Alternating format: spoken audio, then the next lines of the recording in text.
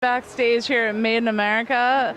How happy are you to be part of such a festival, such an eclectic lineup of artists? There's so much genre diversity. I love festivals like this. I spent the whole summer so far in Europe and playing a lot of dance festivals where it's just all DJs, and I love that too. But seeing the lineup and it's like being able to see Kanye West or J. Cole or I don't know who else is playing today. That I saw like the lineup for both days, like Iggy Azalea and Pharrell, and it's amazing. Absolutely, it's got to give you a taste of something different too. Absolutely, and to come back in Philadelphia, I love the city.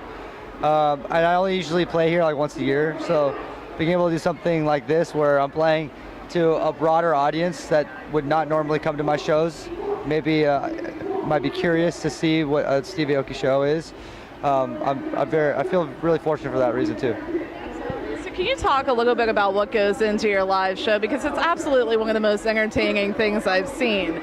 When fans come out, they see a show, and I think that is so important.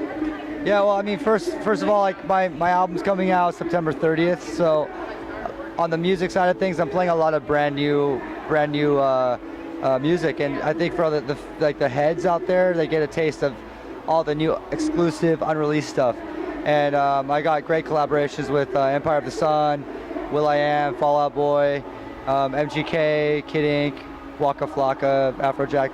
So it's already a pretty eclectic roster of different artists from different genres. And then I play my other songs that people are familiar with.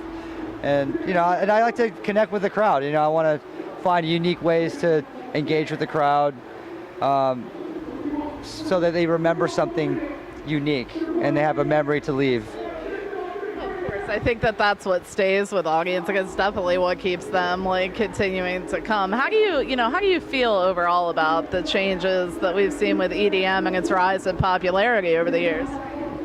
For me, it's amazing because then I can just play more bigger shows, get to touch more people that have an interest that weren't normally or necessarily part of it, earlier on. So, the idea is music should be a no boundaries kinds of thing. So anyone that's interested, I want to be able to share that experience. Absolutely. I look at music as a universal language we can all speak and understand, even if we take a different message or emotion away. When did it first begin to speak to you?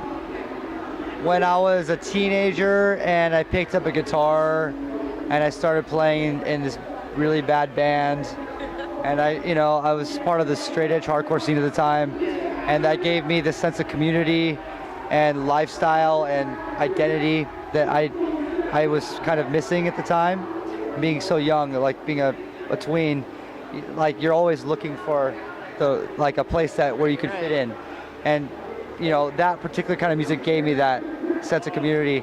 And from that point on, I kind of devoted my life to music in various forms. So can you talk to me a little bit about the creative process between Neon Future, at least part one so far? I don't know how far along in part two you are. Part one is, the way I see it, it's more of like you're entering into this world, Neon Future. So a lot of the songs are a little bit more friendlier. There's some songs that have more radio potential, like Delirious. Part two is a bit more deeper in the psyche of what Neon Future is. It's a lot deeper, a lot more emotional.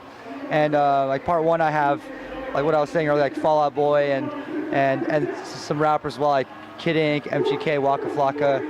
And part two, it's my second song with Linkin Park, which is one of my favorite songs I've ever produced. A new one I did with Nervo, one I'm working on with Tiny Tempa and DJ Fresh, and Snoop. And there's other ones that I'm new guys that are coming up in the game as well. Absolutely, it sounds absolutely incredible. I know that everyone is definitely looking forward to it. What I love too is that you have not forgot the art of the music video, and that visual element is so important sometimes, and they're so fun. What goes into that? Yeah, I mean, for Neon Future Part 1 and Part 2, every video is set in the future. So that's also an arduous process because we're shooting a video for every single song.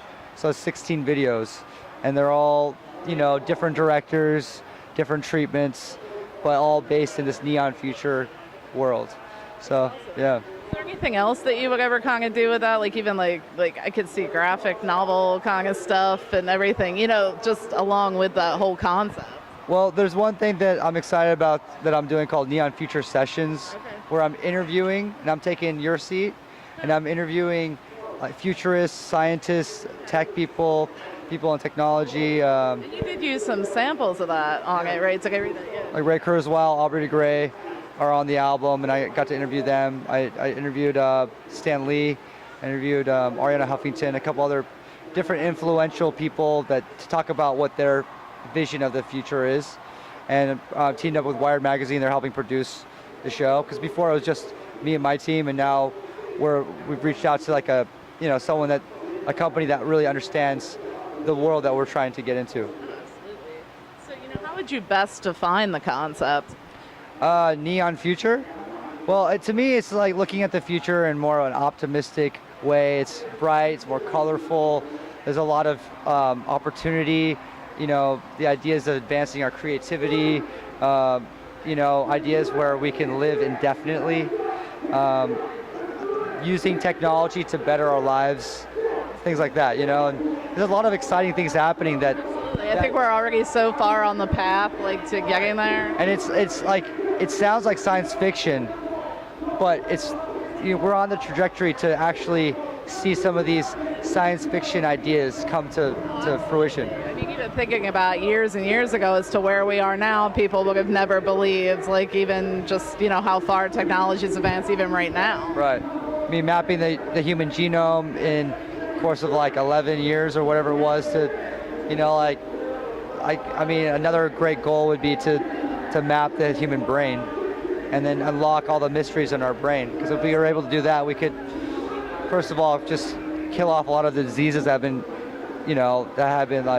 killing all the brain degenerative diseases like Alzheimer's, dementia, all that kind of stuff too. It's just to figure all that stuff out. So, looking at the future of the music industry, where do you see, is there anything that you would change if you could? That beast moves so fast. And it's like a crowdsourcing behavior. So, and since now the way people interact and digest and discover and share music is so easy and accessible, now it's about applications and ways to make it easier. Obviously there's the points in time when it was from physical to digital, and then people were downloading songs for free, and then we finally got over that gap, and we're like, okay, we'll create Spotify's and make it more about streaming, and then that's becoming the reality. So what is next? It's a big question, but there is definitely something beyond. Do you think that you feel like it could cycle back? I always find that we went from vinyl to CD to digital, and now we see vinyl coming back and all that. I think it sometimes cycles around. I think the collectible factor will always be strong, and I think in this case, what you're saying, it's even more valuable because it's so accessible. So, in the case for vinyl coming back, and I love what Jack White did with his album, making it 10 degrees unique and selling 40,000 vinyl pieces of his album. When you do something very special, people will regard it as art. Because when I think about vinyl, when I think about the art forms that have a limited life cycle, then it essentially is art. I have certain records where I frame them because I look at them as okay, this is a timestamp of a period of my life that means a lot, and it actually is a limited piece. So, by all means, it is art. Absolutely. In what ways has social media had an effect on you and its uprise? Social media for sure is the way people find out about the latest updates of our lives, if we give our lives to social media. That's true.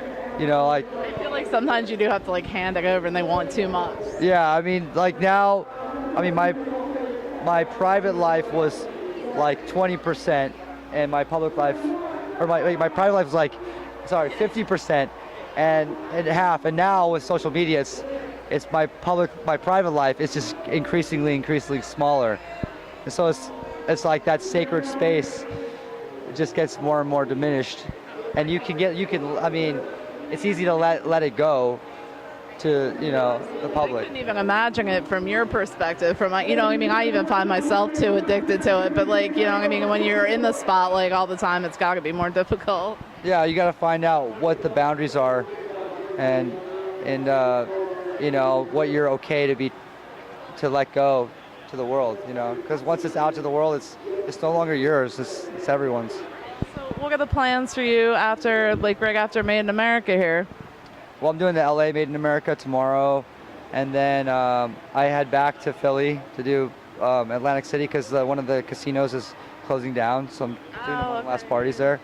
And I fly back to Ibiza because I'm actually living there all summer.